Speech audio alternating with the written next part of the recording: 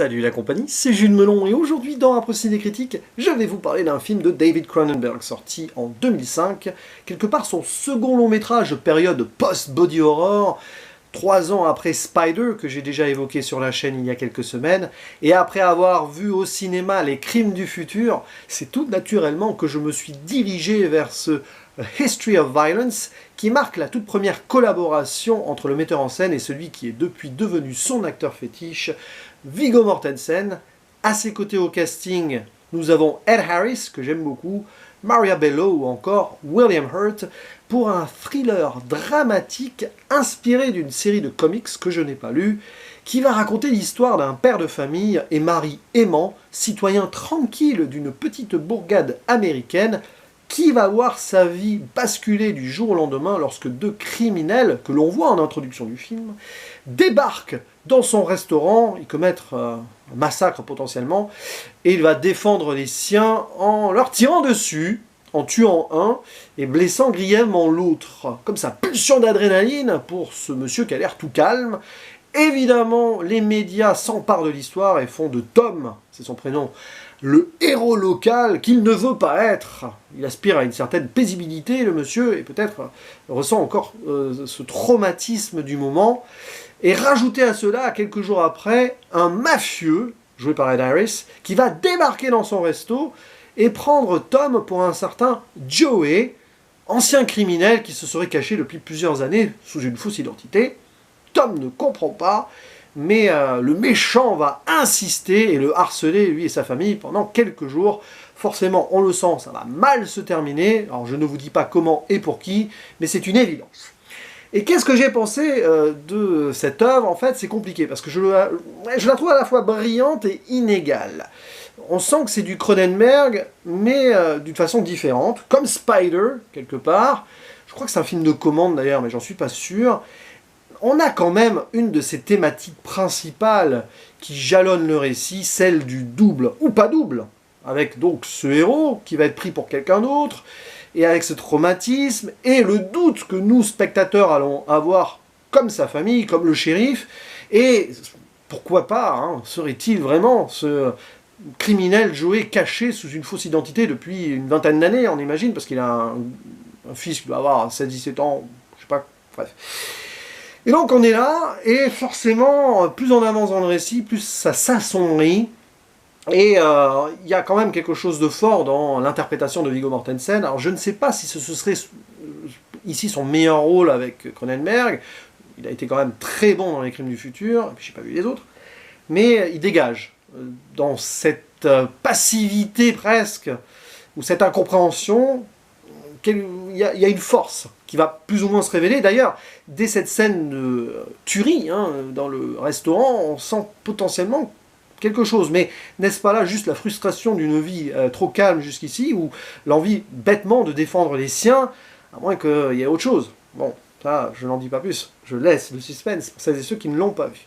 Après, la mise en scène est assez classique, mais ça fait le boulot. C'est pas un truc qui va marcher dans le spectaculaire.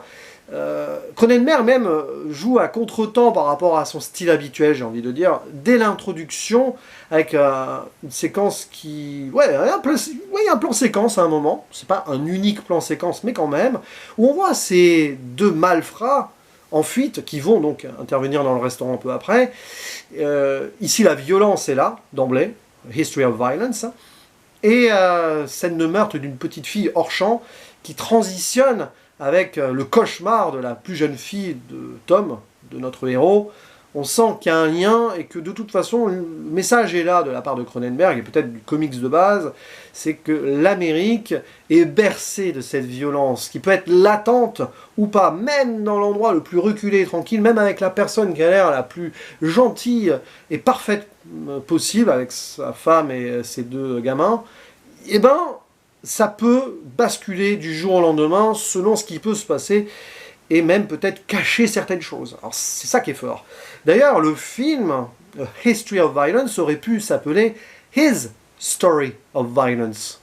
His, du pronom possessif évidemment, pour le héros, son histoire à lui de violence, vu qu'il va forcément tomber là-dedans avec ce qui se passe dans le resto, et puis forcément il va devoir défendre sa famille derrière avec le mafieux, on peut imaginer.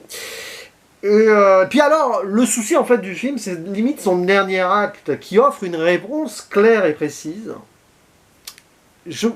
C'est marrant, j'aurais presque laissé une sorte de mystère. Bien que la révélation soit nécessaire à la conclusion, je trouve que c'est presque dommage.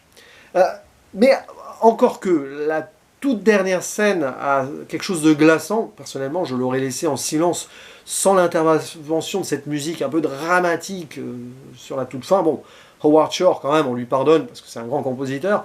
Voilà, après c'est juste une question de ressenti. Je pense que vous êtes souvent comme moi, quand je regarde un film, des fois je m'imagine comment je l'aurais fait à ma sauce, ou après le visionnage, je dis tiens, j'aurais fait ça autrement. Bon, on est tous des réalisateurs potentiels quand on voit un film, encore faut-il en faire après des films.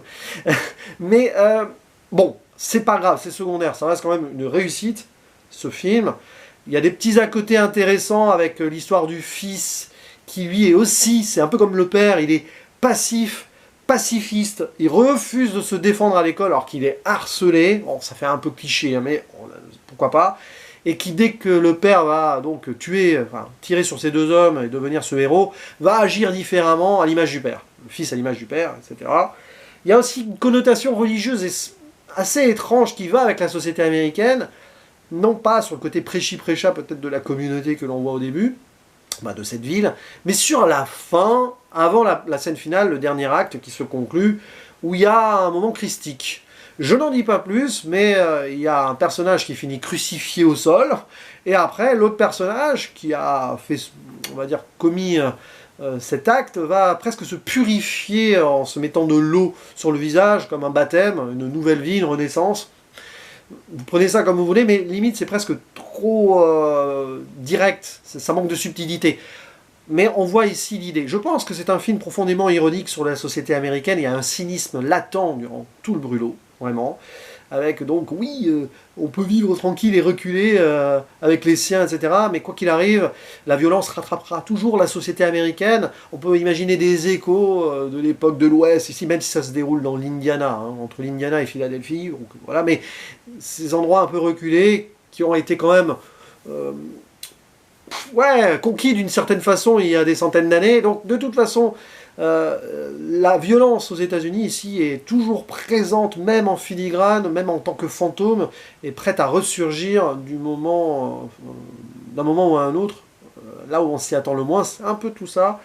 Évidemment, au-delà même de savoir si Tom est vraiment un gars paisible, tranquille depuis toujours, et qui a une méprise, ou qu'il est en effet ce Joey caché, etc., depuis plusieurs années. Ça, à la rigueur, vous prenez le film comme vous voulez, c'est pour ça que, réponse ou pas, on s'en fiche, ça marche quand même sur cette lecture-là. Donc ouais, c'est un film qui a plusieurs, je pense, couches d'interprétation derrière, mais je l'ai vu qu'une fois, donc mon avis restera éphémère, provisoire plutôt.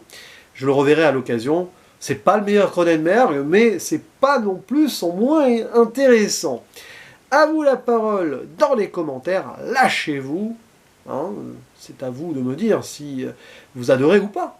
Je vous dis à la prochaine, ciao.